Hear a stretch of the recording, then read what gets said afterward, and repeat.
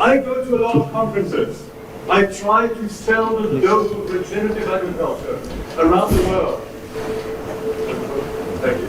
Never have I been to a country as small as this, with as many people in the room. Please applaud yourself.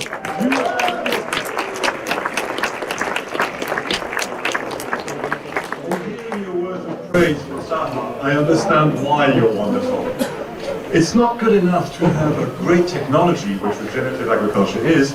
You also need to have a great champion. Thank you, Saha.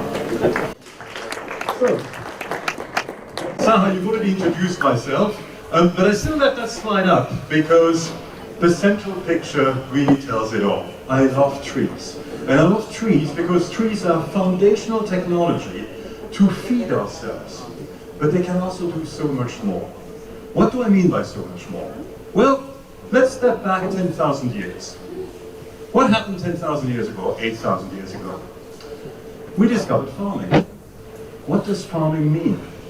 In Southeast Asia, it meant wet rice cultivation. Flooding land to grow rice, emitting a lot of methane. In the Middle East and in Europe, it meant cutting down enormous forests to create croplands and burning them, emitting carbon dioxide. Ladies and gentlemen, the Anthropocene didn't start 50 years ago, 100 years ago. It started 7,000 or 8,000 years ago. We have been modifying the climate for that long. But so far, we've done it reasonably. And what does reasonably mean? Reasonably means, if you look at the graphs on the right, that we have maintained the temperature of this planet at the level at which civilization developed for the last 7,000 or 8,000 years. If we hadn't done that, if there had been no wet rice cultivation, if there had not been the clearing of forests, the amount of cooling, because of astronomical reasons, would have slowly gotten us into the next ice age. Of course, the problem is that uptick at the end. And that uptick is a real problem. It's an uptick that we have recognized as being a real problem, at least since 1992. Since we had the very first climate change agreements, the Rio Conventions. But talking about it hasn't really done much to change it. Talking about it has merely made us increasingly aware that we have a serious problem, but we don't yet seem to have a solution. And the reason we have a serious problem is this. This is probably the scariest chart I've ever seen in a business publication. It comes from the Financial Times 3 years ago, 2019, November. And what it shows on a logarithmic scale is the amount of carbon dioxide emitted by a range of, by a range of economies. On the left, you have all of the rich world economies, the usual suspects. And you do have Israel there as well. You started late, but you caught up. But in the middle, and on the right, you have the rest of the world, the global south. Those countries which we never think of as being a climate problem. They're also getting onto the carbon bandwagon. Why? Look around you. All this was built with carbon. Your clothes, the tables, the concrete, the lights, that screen, this computer, the printer over here, it's carbon, carbon, carbon, carbon. Carbon is better than gold. It's better than heroin. It's better than sex. It's the ultimate drug. It's the thing that keeps us alive. But it is, of course, a major problem to which there is no silver bullet. It doesn't matter whether you like solar panels or nuclear power or regenerative agriculture or what have you, none of it will fix the problem on its own. And that means that right now, the people who write about the disaster side of the climate are the ones who are getting all the publishing deals. So, who here is ready to panic? Raise your hands.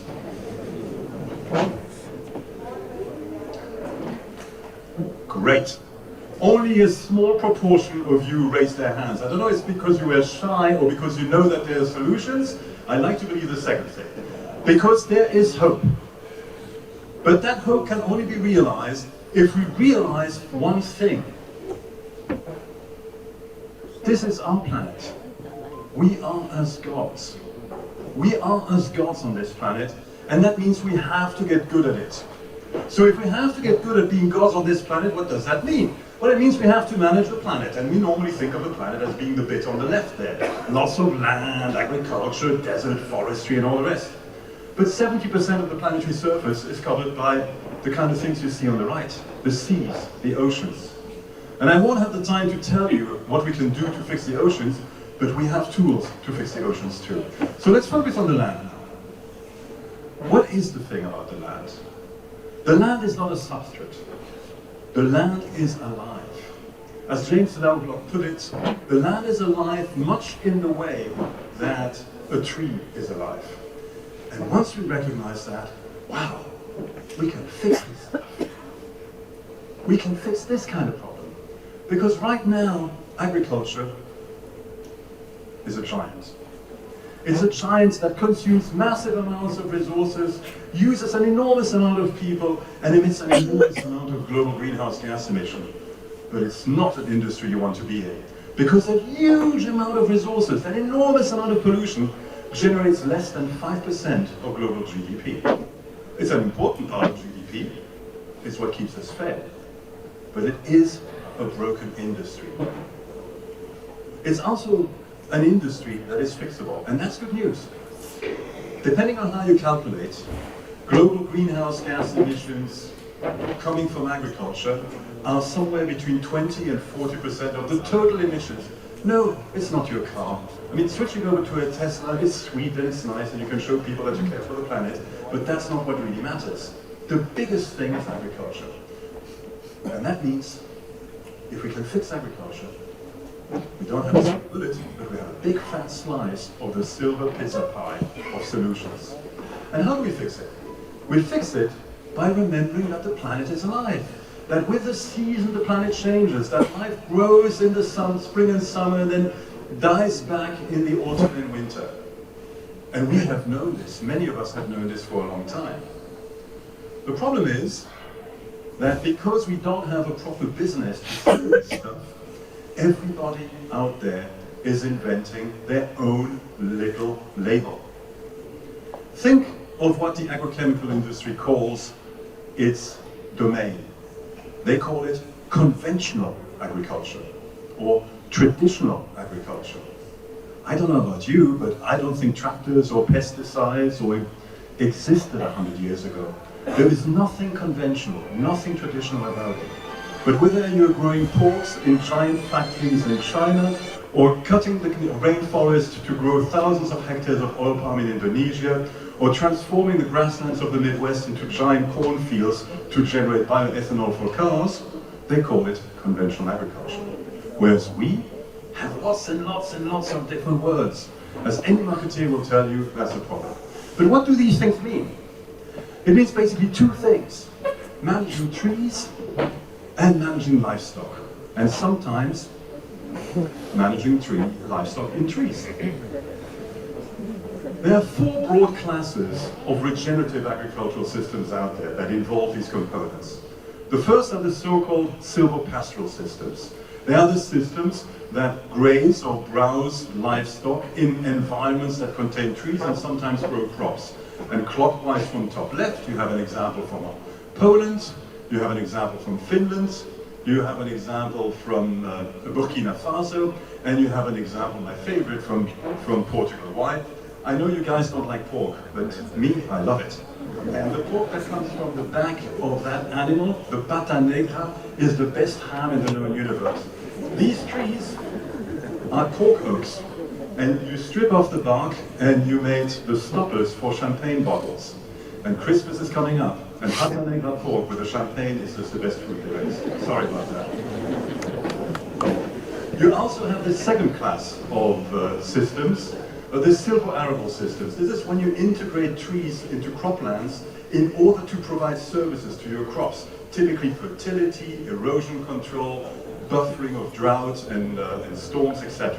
And again, from the top left clockwise, you have examples from Zambia, from the UK, from Sri Lanka, and from France. The Sri Lankan example down there is interesting because the tree that was added were not the coconuts. That's the crop. The trees that were added are these little shrubs in between called Gliricidia sepium. And these Gliricidia sepium, they are legumes, that means they fix nitrogen.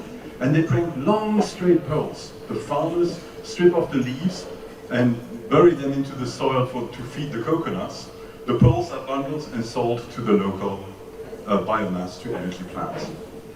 You then have the most productive systems of all, and the ones most difficult to integrate into a modern economy. Why? Each and every one of these systems generates somewhere between 5 and 20 different products from farms that are measured between 1 and 3 hectares, up to 5 acres, say, or, let me see if I get this right, 10 to 30 different, what did you call it? Dunam. Dunam, thank you. And of course, it's extremely difficult to integrate that into a modern economy. If I'm a buyer, it's a lot easier to deal with one guy who has 10,000 hectares of oil palm than to deal with 5,000 farmers each trying to sell me 20 different things. Yet, in terms of productivity, in terms of resilience, in terms of biodiversity, in terms of carbon, these systems are the best. Again, from top left, you have Tanzania, you have Brazil, you have New York State, and you have Uganda. Look at the Brazilian example. That's actually a test site, an oil palm test site. And that oil palm test site generates more oil than a monocrop plantation does. It also generates banana, acai, coffee, cacao, and in the early years, vegetables, because it's mixed up. Is that spreading? Yes, among smallholders, because they can afford to invest the labor. Not yet amongst the big growers. Look at the system on the bottom right. That was a maize system, and it's been transformed into this polyculture by this rather mad farmer. Is it profitable? Not yet. The farmer is making most of its money by giving advice to others, by running a consultancy business. But that's where we have to go. Finally, the fourth regenerative agricultural system are the grassland systems. The grassland systems are so important because they cover 28% of the planetary surface, and they're usually grossly mismanaged. Mismanaged means what you see at the top left picture on the right. And what you see at the left of that top left picture is something I'll talk about later. That's how you manage it well. But before we get there, a time check. How much more time do I have?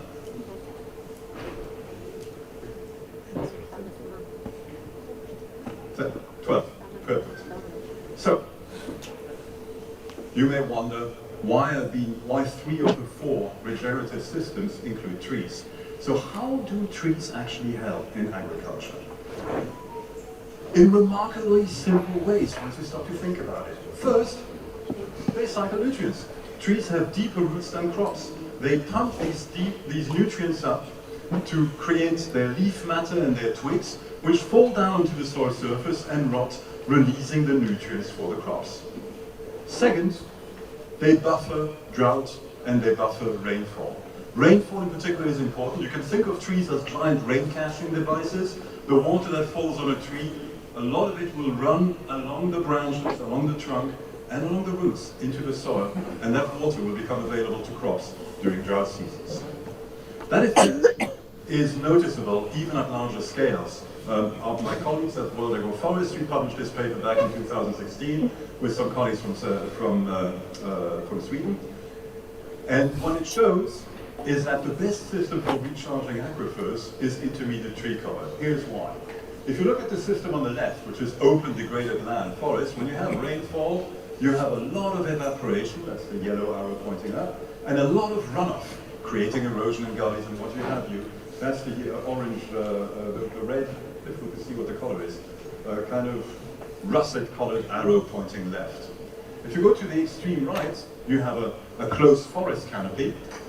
You have more infiltration, obviously, because forest soils are very open to rainwater infiltration, but you have a lot of evapotranspiration. A lot of that water is picked up by the trees and evaporated again. And indeed, we now know that around the world, somewhere between 1/4 and 100% of the rainfall falling somewhere did not originate in evaporation from the oceans, but it originated in evaporation from forests.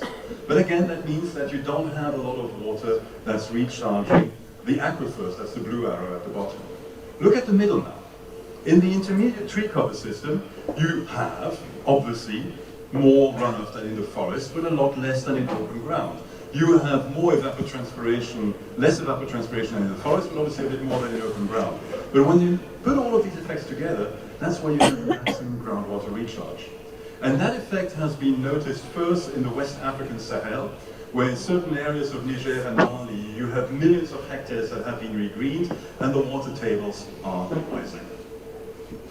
Now, The other thing that happens in these agroforestry systems is not just that the trees help the crops, but the crops can help the trees. This is an experiment that was done at Restin-Clière in southwest France. And what they did is they planted walnut trees on the left in a forestry system and on the right in an agroforestry system. What the chart shows you is the amount of rootlets per depth of tree. So going from 0 meters to 4 meters deep, and you measure the root density of the rootlets. Just imagine the work that took. You had to dig out the root system of a mature tree using the tools of archaeology to get every single little rootlet and measure its length to create these two charts. There's an enormous amount of work behind these two charts. And what you notice is, in the forestry system, most of the roots are close to the surface. The trees are secondary sideways to compete for room against other trees and to shoot up as quickly as possible. In the agroforestry system,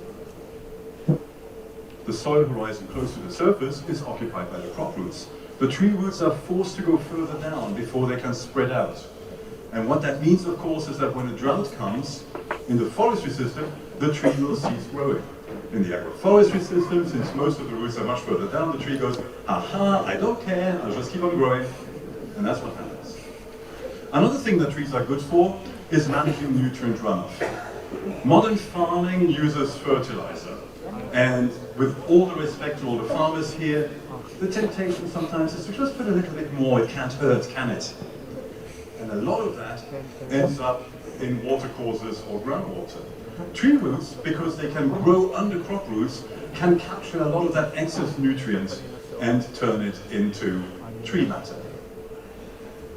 Finally, in more complex systems, in smaller scale systems like this olive system in Italy, you get free weeding, free fertilizing, and free pest control from your weeding, fertilizing, and pest control machine, and then you can eat that machine at the end. It's wonderful, or you can sell it. It's a lot cheaper than having to buy a metal machine and feed it with diesel. But all of this is practically unknown. Those of you who are farmers will recognize this kind of picture. It comes from the website of a major seed and fertilizer company. What it shows is a beautiful field ready to be harvested. Look at that golden grain. Isn't it gorgeous? Once you know about agroforestry, you look at that and you go, hey, this picture was taken in Europe in late summer, so 16 hours of daylight and no photosynthesis. All that wasted energy. In Europe, in summer, it does rain. What happens to that water? It's certainly not feeding any plants. It's dead. It's like a desert. At least here, you still have the cereals, but you also have ongoing photosynthesis, ongoing biomass growth. And for that reason, the land equivalency ratio, i.e. the amount of monocrop farming and monocrop forestry you would need to get the same productivity as 1 hectare of agroforestry, is typically 20–40% higher in temperate zone and up to 200–300% higher in humid tropic zones. From a farmer's perspective, what does that mean? Here's an example from France. The farmer had fields, agroforestry, there's a cereal system, and forestry.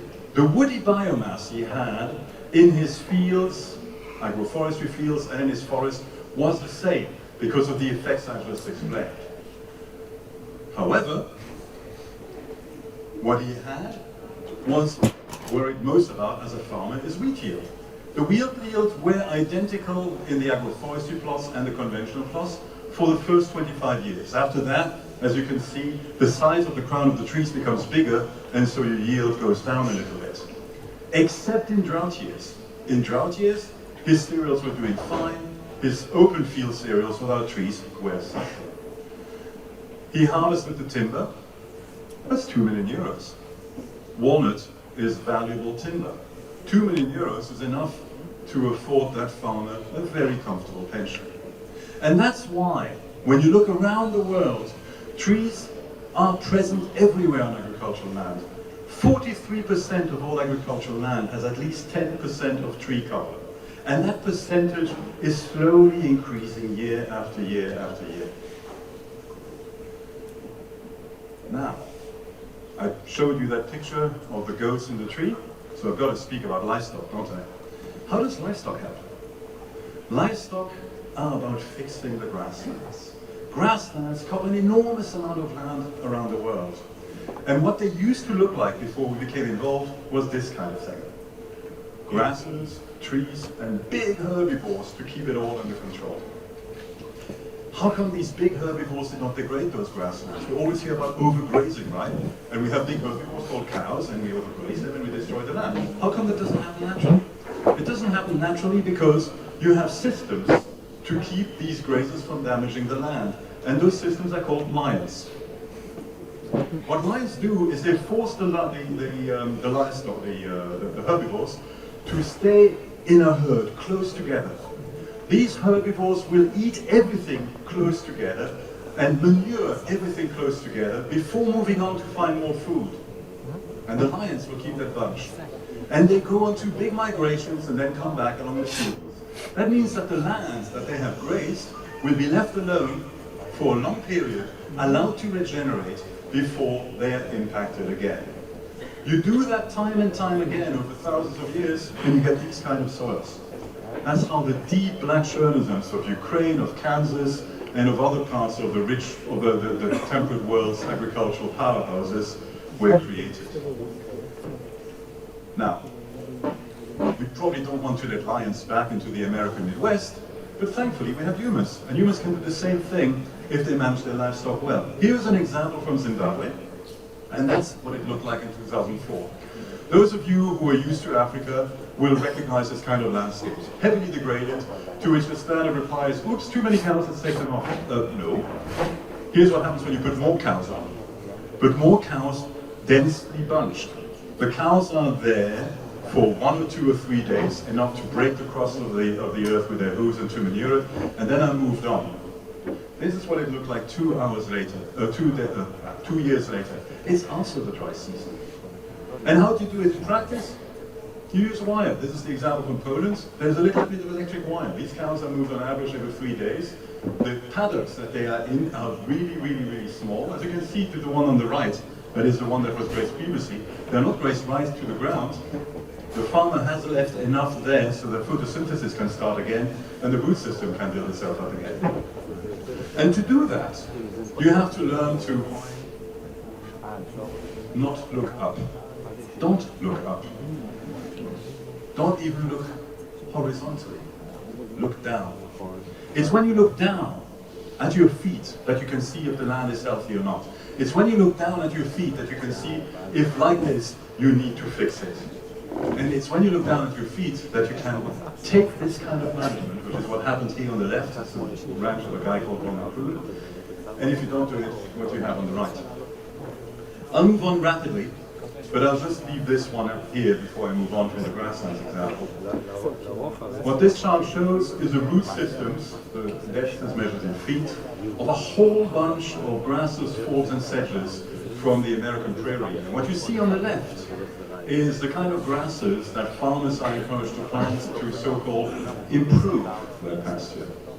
You improve their pasture that way, you're going to need fertilizer, you're going to need irrigation, you're going to need to spend money. It's a fool's errand. And when you manage animals back, like in this national park, look at that river. When you manage them well, right next door to the national park, look at that river. It also works for carbon, by the way. The numbers in black are before they started doing this, the numbers in yellow are after they started doing this. Very rapid improvement. And when you don't have the animals anymore, you get land degradation. Here's an example from Niger. These borassus palms typically reproduce because they have huge seeds which are eaten by elephants and then shot down a mile or 2 down the road, complete with manure, with fertilizer. There are no more elephants, so the borassus palm cannot reproduce anymore, which is why you see all of these individuals of roughly the same age, and you don't see any young ones. In 10 years' time, this will be desert. Now, am I the only person who is saying this? No! The IPCC land report says this. Agroecology, as the chief scientist said, is the future. It works better. There is no question about it. It's being recognized with high confidence by the world's scientists. And that's why we can fix this. Are you sure we can? Well, back to the IPCC report.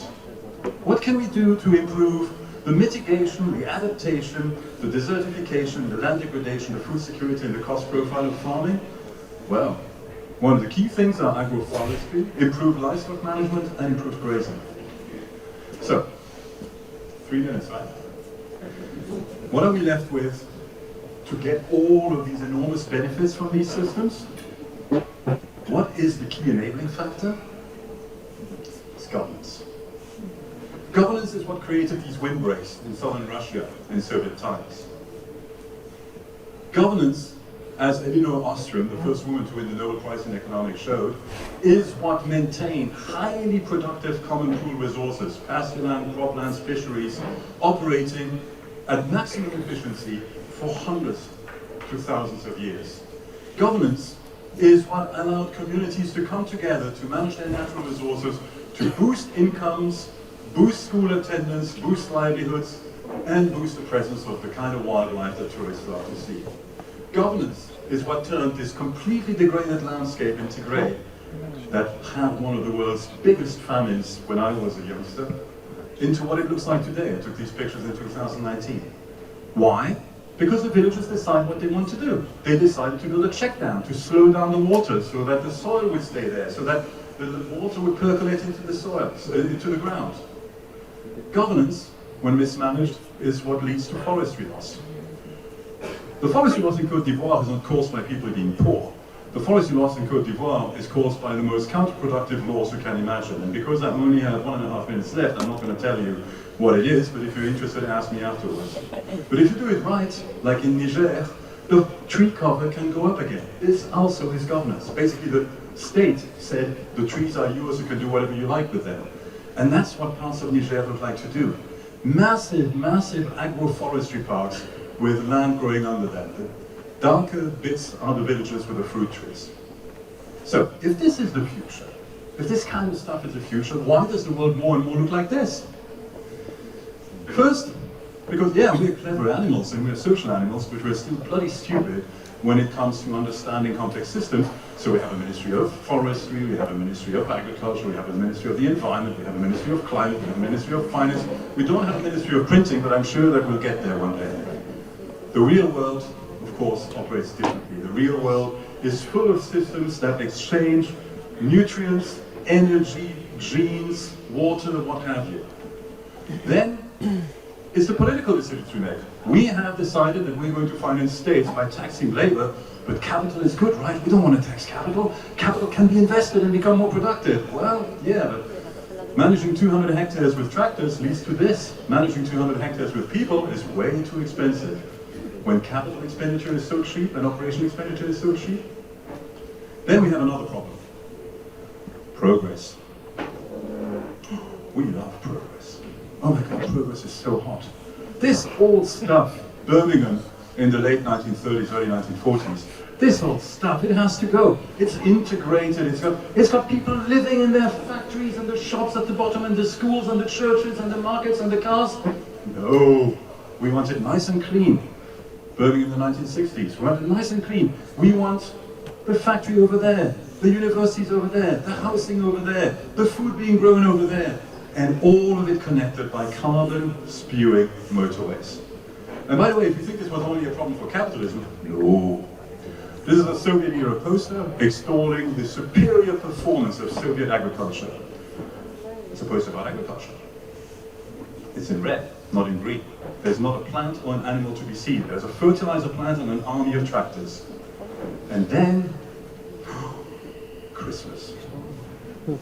In the 1920s, 1930s, we discovered inorganic fertilizers, diesel, and pesticides. And oh my God, these tools are so powerful that we behaved exactly, the world's farmers behaved exactly like a child at Christmas who gets a new Nintendo Switch and ignores all his previous toys. We just forgot about all this old stuff because we could spray. And that means we created a monster, the world's agrochemical companies, who control an enormous amount of business. Because if you're a farmer, I'll make $50 profit per hectare per year from your field if I sell you stuff. I'll probably make more money than you do yourself as a farmer. If I'm an agroecology advisor, I'm first going to have to convince you to hire me. Marketing costs are high. Then I can't just put myself in a bag and sell 1,000 copies of it. You need people. That's cost expensive as well. Which is why we, the agroecology community, we cannot do enough research, we cannot do enough marketing, and we cannot do enough lobbying.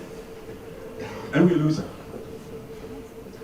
The business side, the agrochemical side, is growing year after year after year. And it controls the discourse. We need to feed the world. We need more of this, more improve that, more fertilizer, more.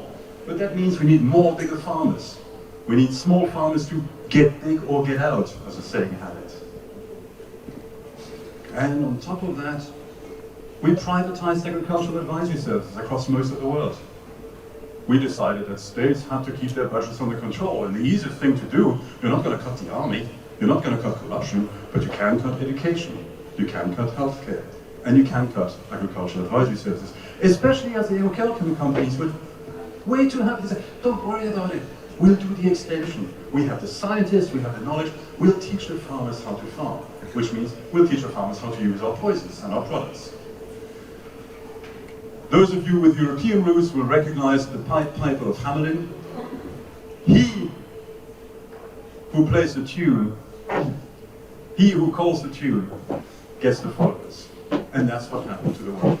Everybody is following what is almost certainly a road to disaster, which is a world of intensive agriculture depending on fossil fuel-based inputs. Yet, things are changing. Things are changing. You have more and more people who are doing it differently. You have more and more books ranging from science books to popular books explaining how to do it differently. The publishing world is becoming interested. And the fact that there's 700 of you out there just proves it. We are beginning to get back. The picture at the top there is taken in Holland. We're beginning to get back to the kind of systems that we see in the areas of the world that still have some nature left. The picture at the bottom was taken in Zambia. And to get there, we only need to remember one thing. That no matter what the farming system is, no matter if you're in a desert or in a tropical rainforest, no matter if you're rich or poor, there's always one thing that is the same. The keystone species. And the keystone species is, of course, us. Thank you very much.